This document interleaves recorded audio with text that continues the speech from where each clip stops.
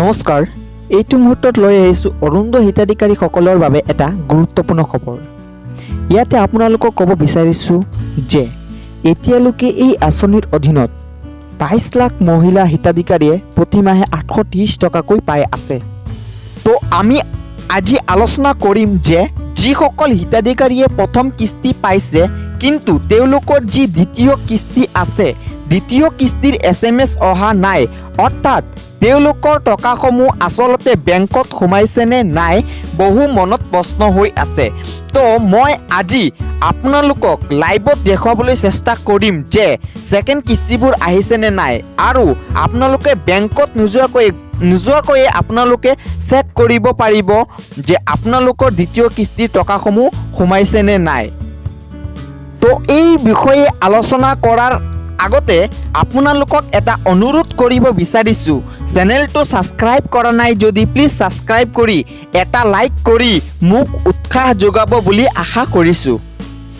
ভিডিঅ'টো অকণো স্কিপ নকৰাকৈ চাব, তেতিয়াহে সম্পূৰ্ণ কথাখিনি বুজিব পাৰিব।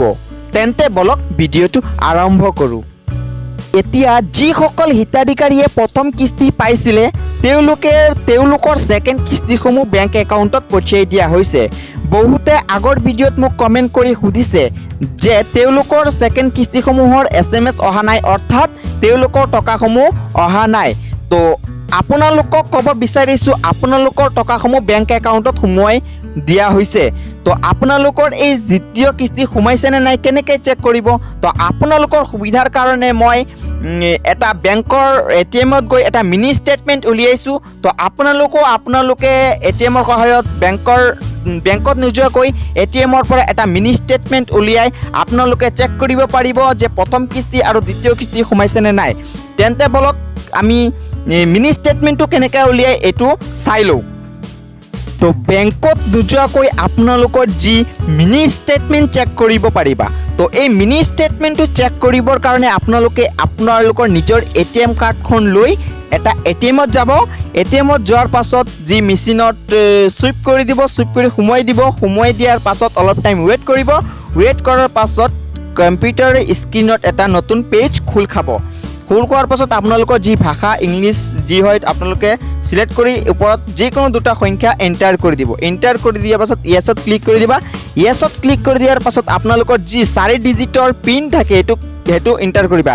এণ্টাৰ কৰাৰ পাছত নতুন এখন ডিছপ্লে খোল খাব। তাত চাবা আপোনালোকৰ য'ত মিনি ষ্টেটমেণ্ট আছে তাত তোমালোকে চিম্পলি ক্লিক কৰি দিবা। ক্লিক কৰি দিয়াৰ পাছত আপোনাৰ একাউণ্টৰ টাইপ, তো আপোনালোকৰ নৰ্মেলি ছেভিংছ হ'ব, তলৰটো ক্লিক কৰি দিবা ছেভিংছত ক্লিক কৰি দিয়াৰ পাছত আপোনালোকৰ যি সৰু কাগজৰ টুকুৰা এখন ওলাব, এই কাগজৰ টুকুৰাখনেই হৈছে আপোনালোকৰ মিনি ষ্টেটমেণ্ট। তো আপোনালোকে এই ষ্টেটমেণ্টৰ পৰা চাব পাৰিব কোন তাৰিখে আপোনাৰ পইচাসমূহ সোমাইছে।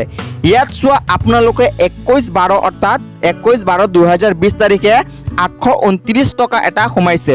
তাৰ পাছত চাবা আপোনালোকে 30/12 অৰ্থাৎ 30 তাৰিখ ডিচেম্বৰৰ 30 তাৰিখে 830 টকা এটা সোমাইছে।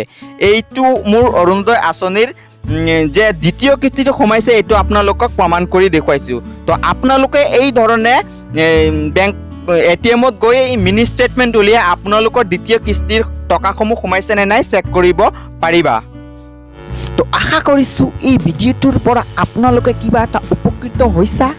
তো এনেধৰণে মই ইনফৰ্মেটিভ ভিডিঅ'বোৰ লৈ আহোঁ, তাৰ বাবে তোমালোকক মই এটা ৰিকুৱেষ্ট কৰিব বিচাৰিছোঁ, চেনেলটো ছাবস্ক্ৰাইব কৰা নাই যদি প্লিজ ছাবস্ক্ৰাইব কৰি ওচৰত থকা বেল আইকনটো প্ৰেছ কৰি থাকিব, যাতে মই ভিডিঅ'বোৰ দি থাকিলে আপোনালোকে সকলোৰে আগত পায়। Thank U.